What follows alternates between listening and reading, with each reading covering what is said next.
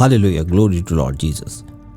आप सबके लिए किताब मुक़द्दस से खुदा का कलाम लेकर मैं आपसे एक बार फिर रूबरू हो रहा हूँ। अजीज़ो, खुदा के कलाम में लिखा है मरकुस की किताब 2:1 में, जब कुछ दिनों बाद यीशु कफरनहूम नगर लौटे तो यह खबर फैल गई कि वे घर पर हैं और इतने लोग इकट्ठा हो गए कि द्वार के सामने भी जगह ना रही। यीशु उन्हें शुभ संदेश सुना ही रहे थे। कुछ लोग एक लकवे के रोगी को 4 आदमी से उठवाकर उनके पास लाए।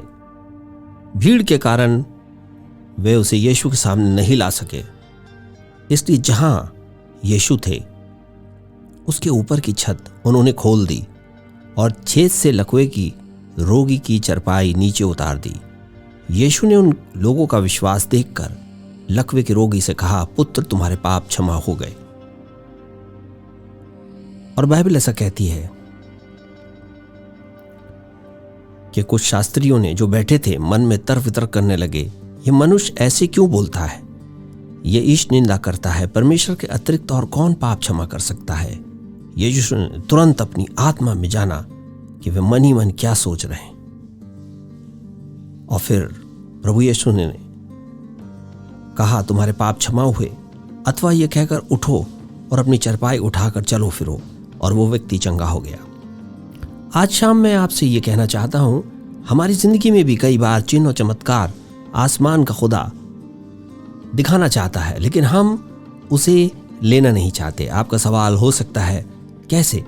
अजीजों, मैं आपसे ये कहना चाहता हूं कि यहां 4 लाइन में ये बात सामने आती है कि लोगों ने एक व्यक्ति को लाए और उस व्यक्ति को यीशु तक पहुंचाने के लिए उन्होंने एक छत को खोला और यीशु मसीह के सामने उसको उतार दिया। जी हाँ, ये इतना आसान नहीं है अजीजों। अगर ये बातें हमारे जीवन में हमें समझ में आ जाए तो आज हमारे जीवन में भी चिन्ह और चमत्कार आसमान के खुदा के प्रकट हो सकते हैं। इस कलाम को समझने की ज़रूरत है, और कलाम को समझने के लिए कोई अकल की ज़रूरत नहीं। वो सारी अकल आसमान के खुदा के पास है, वही आपको समझा सकता है। और यहाँ पे जो दर्ज है वो ये दर्ज है कि कुछ लोगों ने भीड़ देखते हुए ये फैसला किया, हम छत से यीशु के सामने उतार देंगे। कितनी बार ऐसा होता है कि हम खुदा से रिफाकत नहीं करते, थक जाते हैं, कुछ नहीं हो रहा है, हार जाते हैं, मगर ये लोग नहीं हारे। और सबसे इंपॉर्टेंट बात जो इस कलाम के अंदर हमें प्रभु सिखा रहे हैं, और वो ये है, यही एक चाबी है, और वो चाबी ये है, निरंतर उन्होंने कोशिश करी। क्या समझते हैं आप?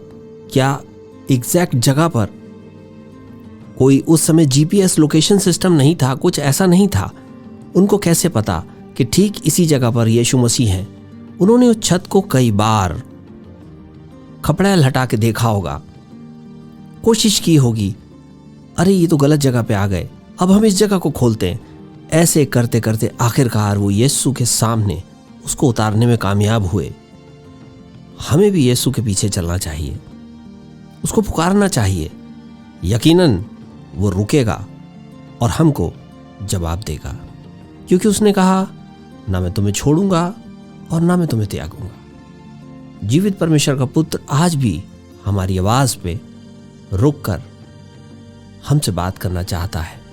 वो आज भी हमारे द्वारों पे खड़ा खटखटाता है। जो कोई खोलेगा मैं भीतर आऊंगा, और वो मेरे साथ, मैं उसके साथ भोजन करेंगे। ये वायदा है उसका। अजीजों, लकवे के मारे उस व्यक्ति को आसमान के खुदा के बेटे ने उसी घड़ी चंगाई प्रदान कर दी। तो आज मुझे और आपको भी वो उत्तर देने पर है।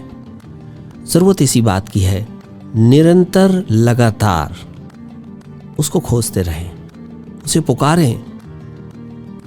कलाम कहता है, मेरे आंसुओं से मेरा तकिया भीग चुका है, तू उत्तर प्रदान कर। वो देर होने से पहले हमें जवाब देता है, और वो व्यक्ति उसी वक्त भला चंगा हो गया। हमारे जीवन में भी कठिनाइयां किसी प्रकार की भी क्यों ना हो, आसमान के खुदा का बेटा मुझे और आपको उत्तर देने पर है। हालेलुया।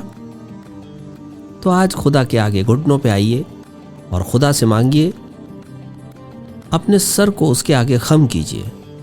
वो आज आपको उत्तर देने पर है। जरूरत है अपनी चारपाई को उसके सामने ले जाने की, अपने आप को उसके सामने ले जाने की।